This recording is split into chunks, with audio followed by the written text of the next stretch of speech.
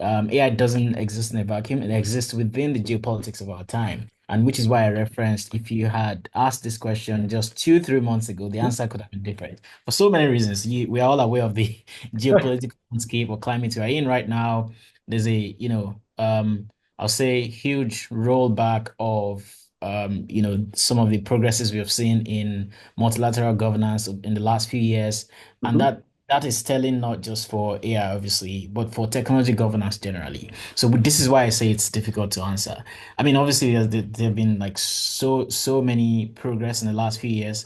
We had 2 years ago, we had the Bletchley Park Agreement. We had the UK AI Safety Summit, which sort of marked an entry into interstate cooperation in terms of governing AI for global good. And that was obviously followed by the AI Safety Summit in Seoul in 2024. We've had the Global Digital Compact at the level of the UN, which all of this is sort of the multilateral, multi-stakeholder, multi-state work to ensure that AI works for the good of everyone, especially in terms of closing the inequality and global divide that these systems would further have caused.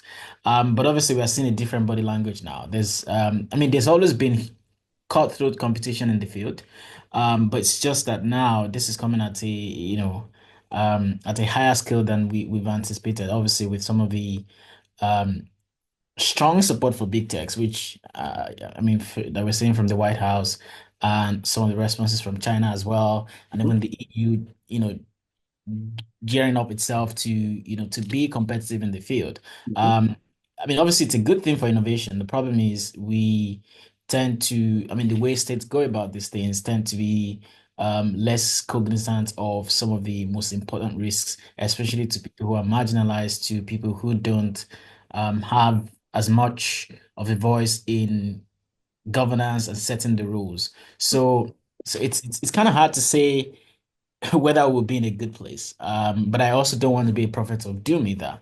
So I think in the next 5 years, we'll see a lot more cutthroat competition. There will be some progress in terms of regulation and governance at the state level.